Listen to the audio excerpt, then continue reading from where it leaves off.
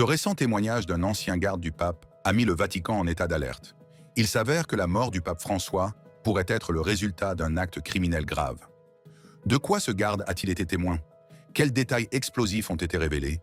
Et pourquoi le Vatican serait-il en proie à la panique? Reconstituons les fragments de ce témoignage interdit et explorons ses implications bouleversantes. La mort mystérieuse du pape Francis.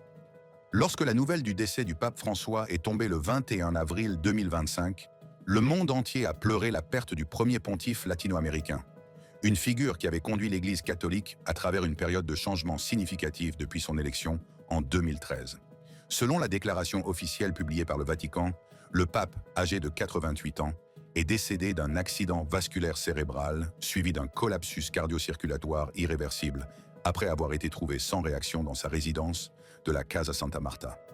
La veille de sa mort, le pape François avait participé aux offices du dimanche de Pâques, bénissant les fidèles depuis la place Saint-Pierre.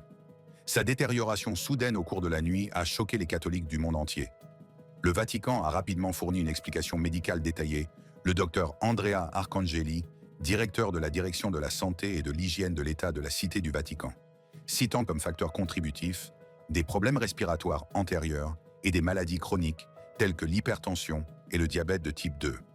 Au centre de cette controverse se trouve un prétendu témoignage d'un membre de la garde suisse, l'unité d'élite qui protège les papes depuis 1506. Connus pour leurs uniformes distinctifs de style Renaissance et leur loyauté inébranlable, les gardes suisses servent à la fois de figures d'apparat et de garde rapprochés du pape. Leur proximité avec le pontife leur donne un aperçu unique de la vie quotidienne à l'intérieur des murs du Vatican. Les gardes suisses sont plus que des personnages colorés en costumes de médiévaux. Il s'agit d'un corps militaire professionnel ayant reçu une formation approfondie en matière de pratiques de sécurité moderne, y compris la lutte contre le terrorisme, la planification tactique et la protection des cadres.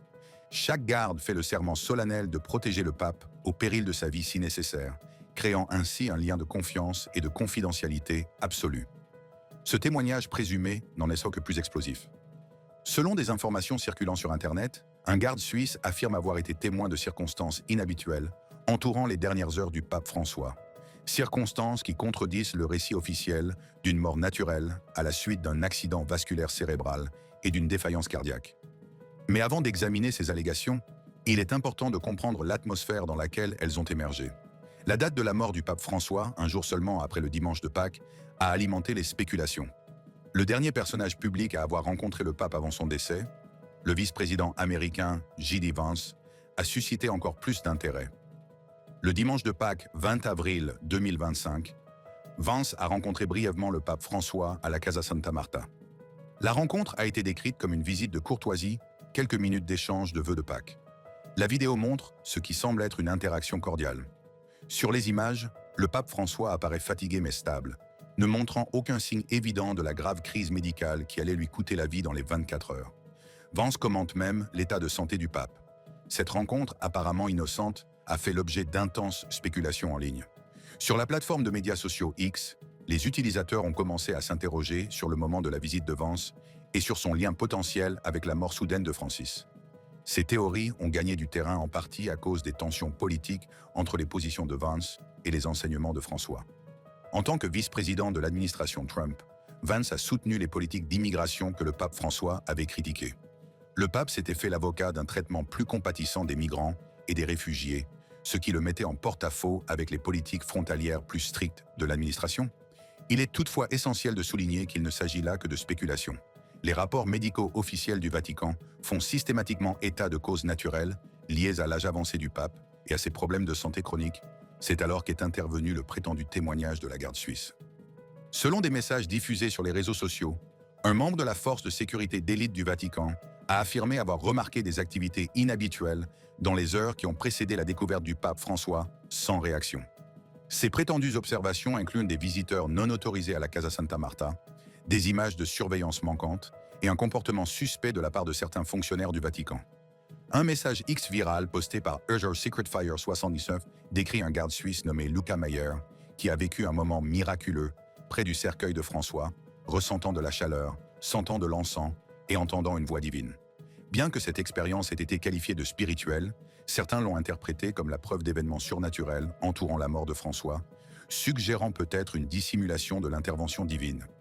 D'autres messages affirment que les gardes stationnés à la Casa Santa Marta ont observé un flot de communication diplomatique inhabituel dans les heures qui ont suivi le départ de M. Vance et précédé la mort du pape. Ces allégations suggèrent que certains fonctionnaires du Vatican auraient pu être au courant de la mort imminente de François avant qu'elle ne survienne. La garde suisse, de par sa position unique au sein de la sécurité du Vatican, serait en effet au courant d'informations auxquelles peu d'autres personnes pourraient avoir accès. En tant que protecteur de la personne du pape, ils surveillent en permanence sa résidence et ses déplacements. Leur silence discipliné sur les questions officielles rend toute rupture de ce code de confidentialité particulièrement remarquable. Mais quelle est la crédibilité de ces prétendus témoignages? Le Vatican n'a pas officiellement reconnu les allégations des membres de la garde suisse. Les médias traditionnels n'ont pas corroboré ces allégations et les sources restent principalement des comptes anonymes sur les médias sociaux sans lien vérifié avec le personnel de sécurité du Vatican. L'examen de la structure et des pratiques de la garde suisse fournit un contexte important. Comme l'indiquent les rapports sur leur organisation, les gardes suivent une structure hiérarchique stricte avec des chaînes de commandement claires. Tout témoignage officiel serait probablement transmis par des voies officielles et non par des fuites sur les médias sociaux. La vie quotidienne d'un garde suisse est régimentée et axée sur le devoir. Leur journée typique commence tôt par la prière et la messe, suivie de l'entraînement physique et des tâches de garde. Leur mode de vie discipliné et leur processus de sélection rigoureux, qui exige qu'ils soient des hommes catholiques suisses ayant effectué leur service militaire, créent un corps réputé pour sa discrétion et sa loyauté. De ce fait, les divulgations non autorisées sont très inhabituelles et donc importantes si elles devaient se produire.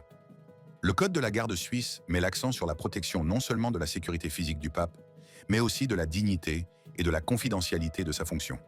Si l'on envisage la possibilité que ces prétendus témoignages contiennent une part de vérité, que pourrait-il révéler sur les dernières heures du pape François?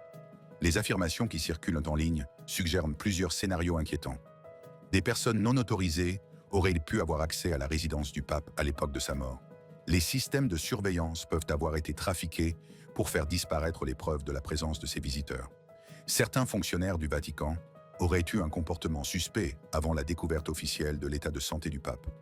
Le pape aurait révélé à ses gardiens, dans les derniers jours de sa vie, des informations préoccupantes. Ces allégations explosives, si elles s'avéraient exactes, provoqueraient en effet la panique au sein de la cité du Vatican et risqueraient d'ébranler les fondements de la direction de l'Église au cours d'une période de transition délicate. Ces prétendues révélations coïncident avec l'élection du successeur du pape François, le pape Léon XIV, le 8 mai 2025. En tant que premier pape américain de l'histoire, l'élection de Léon XIV a marqué un changement important dans la direction de l'Église. Toute controverse autour de la mort de son prédécesseur pourrait potentiellement jeter une ombre sur le début de son pontificat. Mais ces allégations ne sont-elles que des théories du complot alimentées par la mystique historique du Vatican? Ou la mort du pape François est-elle plus importante que ne le révèle le récit officiel? Pour répondre à cette question, nous devons examiner l'histoire du Vatican en matière de gestion des décès controversés et les précédents de dissimulation dans ses murs. L'histoire cachée du Vatican et la garde suisse. Pour comprendre l'importance des témoignages présumés de la garde suisse sur la mort du pape François, nous devons d'abord nous plonger dans l'histoire complexe et souvent secrète du Vatican, en particulier de sa force de sécurité d'élite. Le rôle de la garde suisse en tant que protecteur et témoin potentiel des affaires du Vatican l'a placé au centre de plusieurs controverses historiques. La garde suisse pontificale, créée en 1506 sous le pape Jules II, est l'une des plus anciennes unités militaires au monde encore en activité. Avec leurs uniformes distinctifs de style Renaissance conçus au début du XXe siècle, ces gardes sont souvent perçus comme des vestiges colorés d'une époque révolue. Mais sous cette apparence cérémoniale se cache une force de sécurité tout à fait moderne, formée à la lutte contre le terrorisme, à la protection des cadres et à l'intervention tactique. Les gardes suisses d'aujourd'hui sont soumis à une sélection et à une formation rigoureuse. Les candidats doivent être des hommes suisses catholiques célibataires, âgés de 19 à 30 ans, mesurer au moins 174 cm, environ 5,8 m, et être titulaires d'un diplôme professionnel ou d'un diplôme de fin d'études secondaires. Ils doivent avoir suivi une formation de base au sein de l'armée suisse et avoir servi pendant au moins 26 mois. Leur routine quotidienne est structurée autour de la foi, de la discipline et du devoir.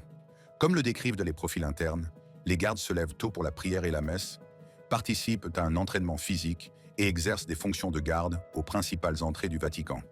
Ils sont notamment chargés de contrôler l'accès aux zones d'accès restreints et d'assurer la sécurité du pape lors de ses apparitions publiques et de ses réunions privées.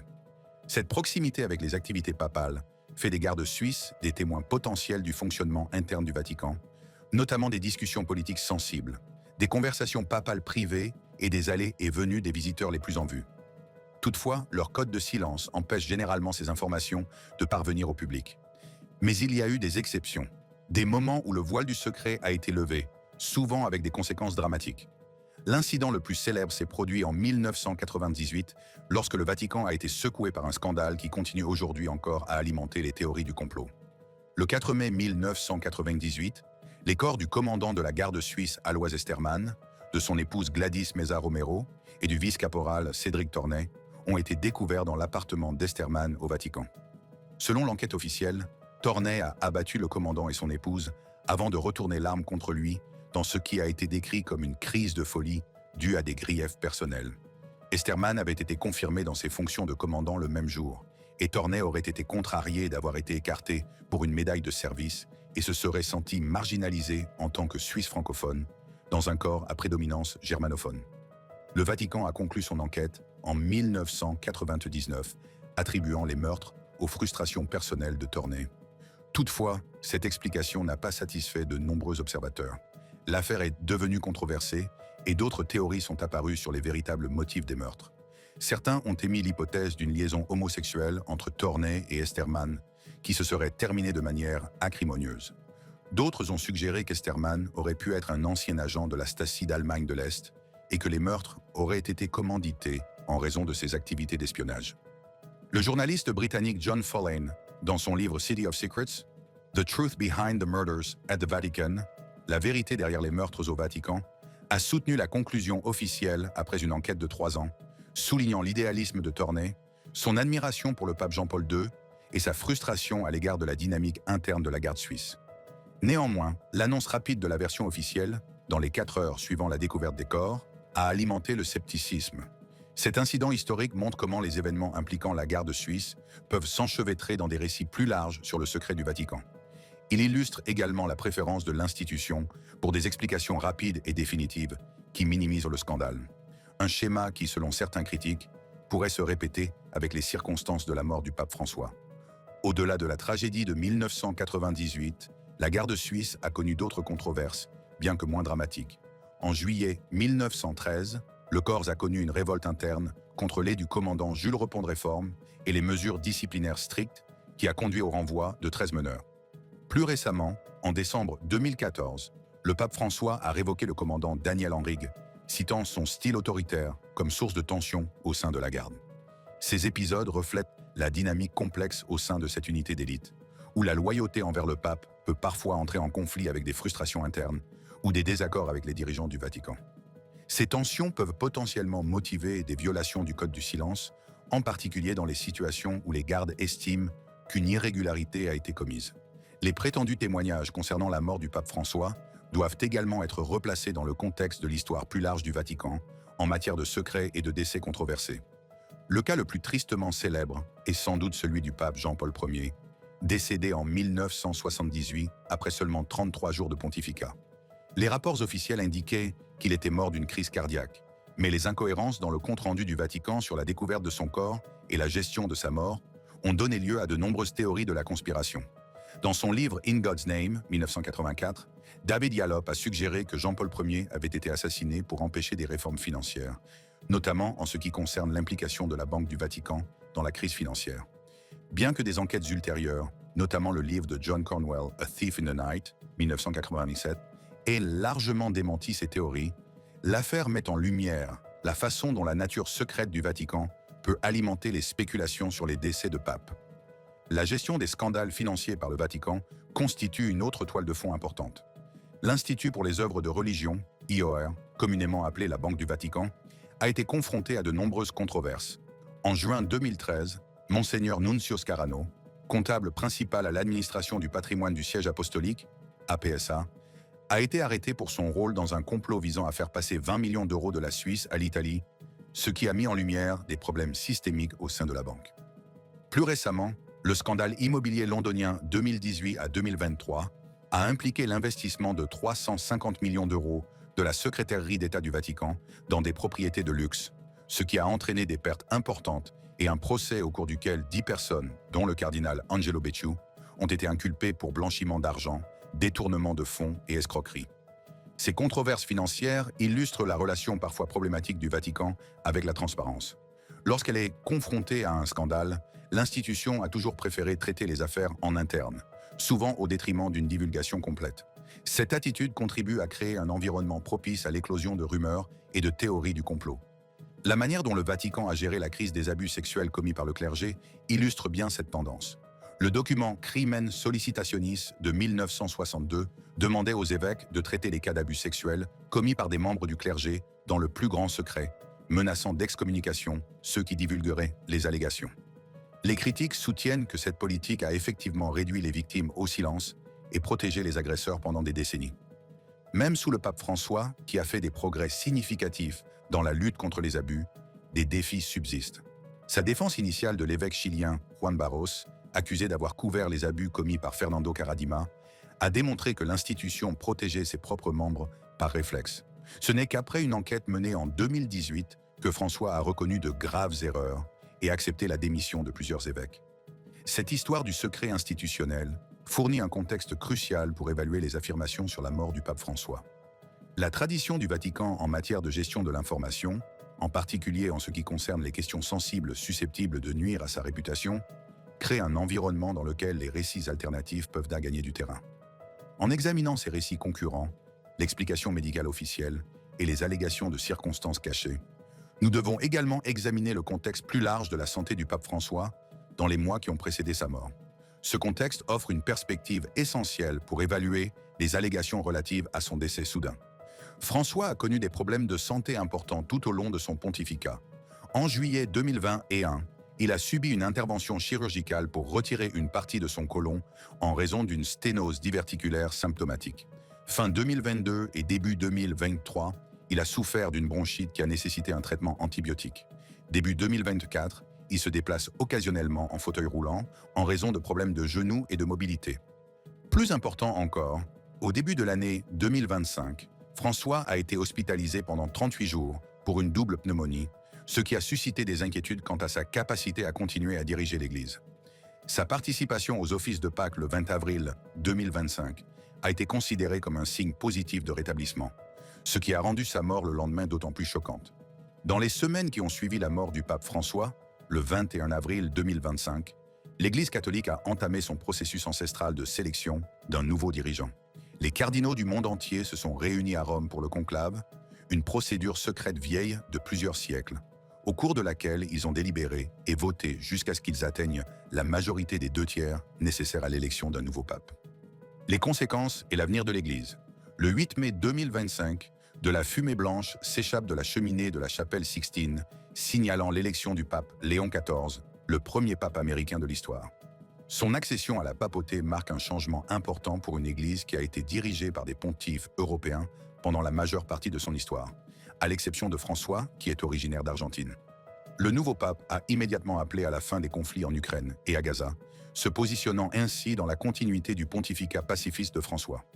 Cependant, sous cette transition en douceur, des rapports suggèrent des troubles à l'intérieur des murs du Vatican. Troubles qui auraient été déclenchés par les témoignages de la garde suisse sur les dernières heures de François. Selon des informations non vérifiées circulant sur Internet, certains responsables du Vatican ont été pris de panique par ces allégations. La réaction supposée comprend des réunions d'urgence de clercs de haut rang, des tentatives d'identification de la source des fuites et des efforts pour contenir la diffusion d'informations qui contredisent le récit officiel. Alors que les médias traditionnels n'ont pas fait état de cette panique, certains sites web et comptes de médias sociaux ont amplifié ces affirmations, suggérant qu'une dissimulation majeure est en cours.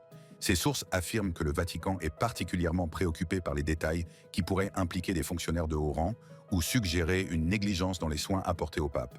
Pour comprendre pourquoi de telles allégations peuvent provoquer la panique au sein du Vatican, nous devons tenir compte de l'approche historique de l'institution face aux crises. Le Saint-Siège a toujours privilégié la stabilité et la continuité, en particulier lors des transitions papales. Toute suggestion d'irrégularité concernant la mort d'un pape menacerait cette stabilité à un moment critique.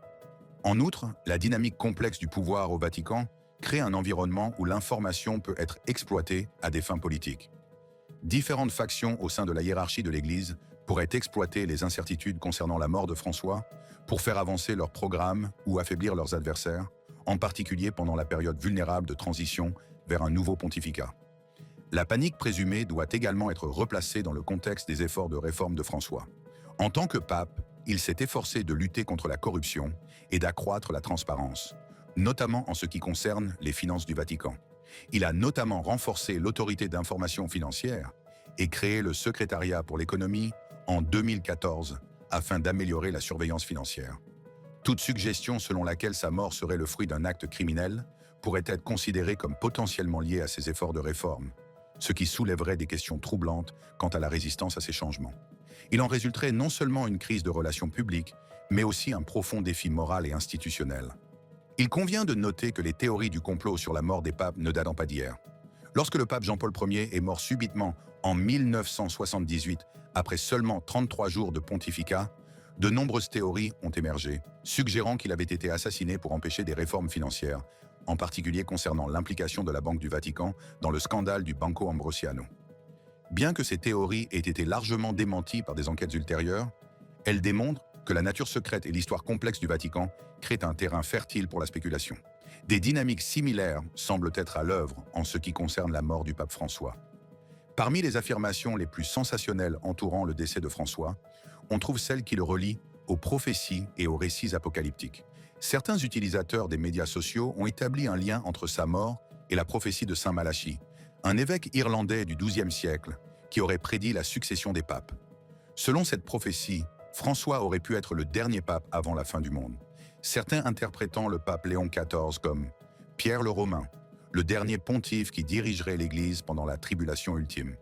Le Times Now a fait état d'un regain d'intérêt pour cette prophétie après la mort de François, bien que les spécialistes considèrent généralement qu'il s'agit d'un faux du XVIe siècle plutôt que d'une authentique prédiction médiévale. Néanmoins, de tels récits contribuent à la mystique entourant le décès de François et l'élection de son successeur.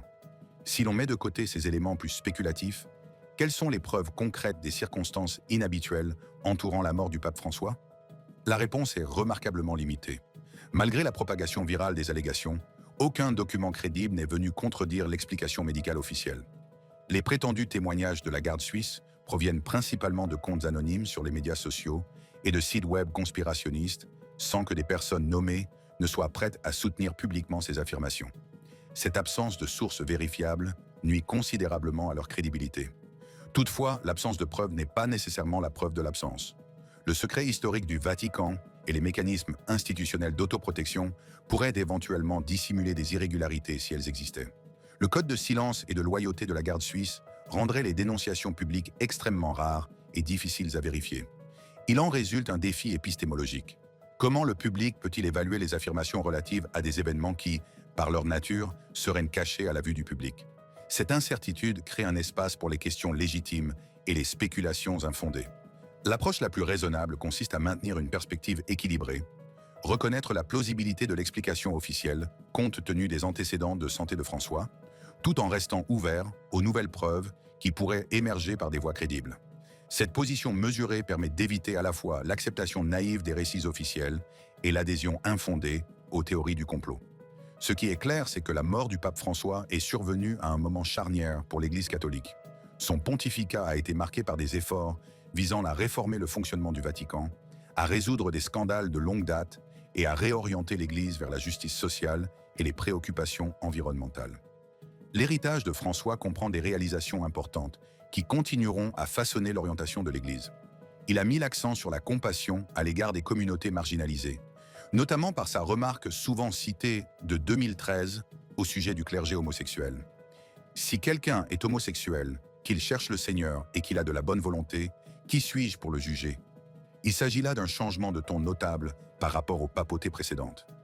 Son encyclique Laudato Si de 2015 appelait à une action urgente contre le changement climatique, liant la dégradation de l'environnement à l'injustice sociale et faisant de l'Église une voie pour la gestion de l'environnement.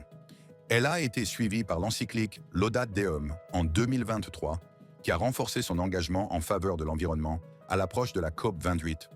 Plus important peut-être, François a lancé le synode sur la synodalité 2021 à 2024. décrit comme l'événement le plus important de l'Église depuis le Concile Vatican II. Ce processus vise à impliquer les laïcs, y compris les femmes, dans la prise de décision, marquant ainsi une inclusion historique de femmes parmi les membres votants. Ces réformes se sont heurtées à la résistance des factions traditionnelles de l'Église, créant des tensions qui ont perduré jusqu'à la mort de François.